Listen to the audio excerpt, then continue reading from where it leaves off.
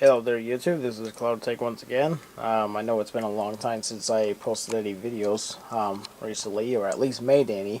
So, some of the few videos that you've probably seen that I posted, I actually done those about 2 months in advance. So, I haven't been doing any recording whatsoever for a good long while.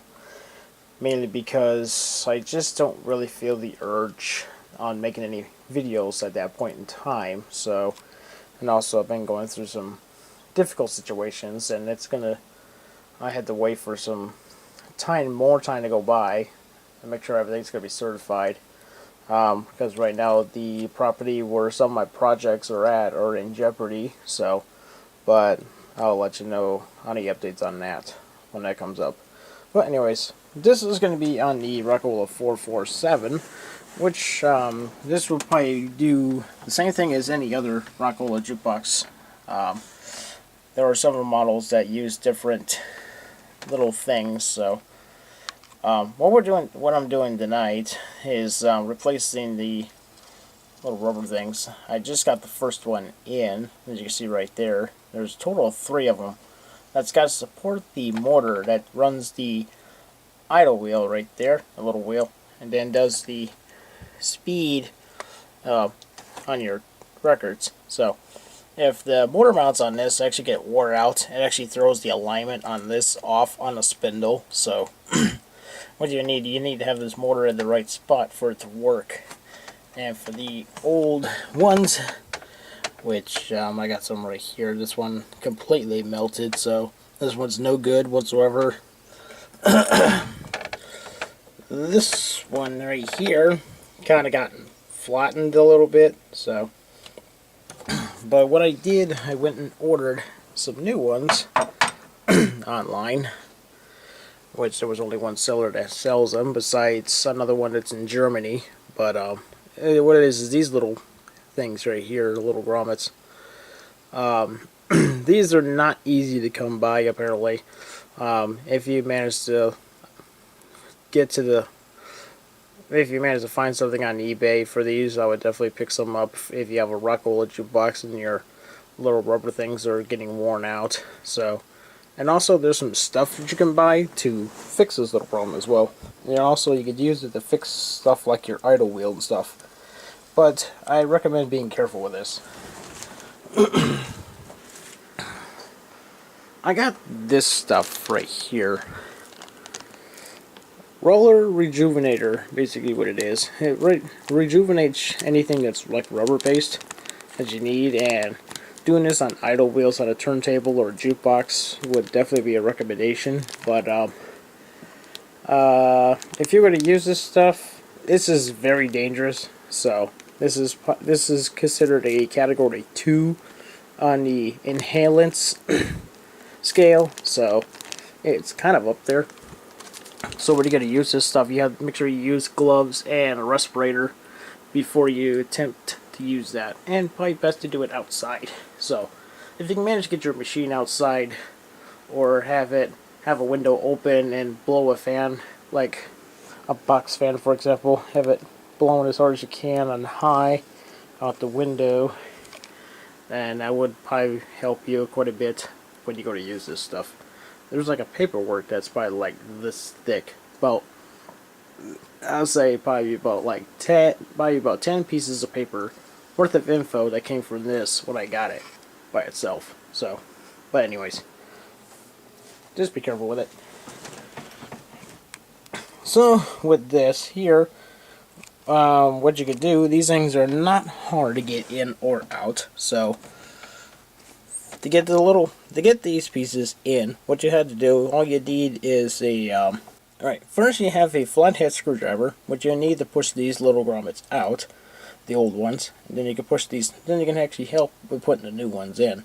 Just make sure you don't have to tear it up. 2, you can actually use either use the flathead screwdriver to get the keys off, which would be these little things right here, or you can actually use a special type of pliers that's used to get these off. This is a special type of pliers that you can use to get it off, which has like a really thin tip. They look like pliers, kind of like this, but they have a really fine tip. on the end, so you can actually use it to remove keys and stuff. Remove those three, because there'll be three of these, of course, as you can see, holding the motor up in place. Remove those. Remove the two washers on top. Then remove the old grommets, and then all you gotta do is put the new ones in. So, and for the new ones, like I said, all you had to do is take it. You first start it in on one side. Start it on one side of it, and then you can use the screwdriver to push the small section, which would be the lower half right here on this bottom, to push that through, so that way this little ring is right on that base frame right there. As you can see, now I got the new little grommets. I got the new grommets in here now, so now all I just got to do is just lift the motor straight back up again, and then put on the washers and put on the keys, and we'll be all set. Okay, now I got those last three. I got the three now in place, as you can see. New grommets are in place, so now when I bring this motor over, the little idle wheel here, which you have to make sure you watch out for the spring underneath. You see, the thing should come out to the right spot where it should be placed at, so. Which for this, it should be touching the lower part of that wheel, since what you can see, yeah, you can see that it's touching it right now. I still got to reattach the spring, but this is the way it's supposed to look. If this part of the wheel here, if this wheel was touching this top part on this motor, it would be playing at the wrong speed here. So we got to make sure that this thing is still playing on this bottom part of the spindle. Because if not, your records are not going to be spinning correctly. And I think the other way to adjust, I think it might be dealing with this, but I'm not positive though. But I'll have to get back to you on that. So, but that's that. So now I'm just gonna reattach the spring back to that little spot right there. Should be all set. Okay, so now the new pieces are now attached, and the spring is now attached to it as well. So now I'll show the another look here. And if you can see, the idle wheel should be idling right on that spindle right there.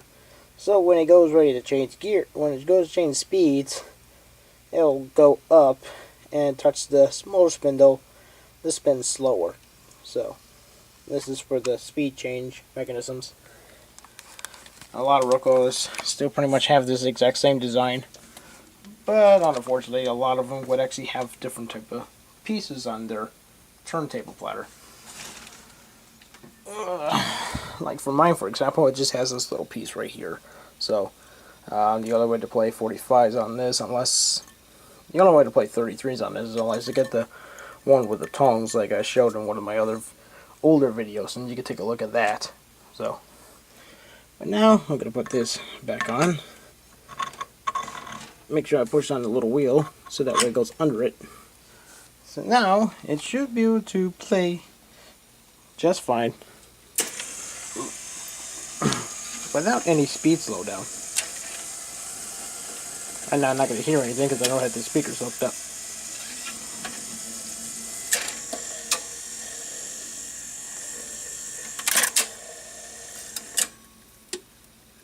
And you can see it stays at 45s and does not slow down. So so if for some reason, if your Jukebox is running slow for some reason, it could be the motor, or it could be the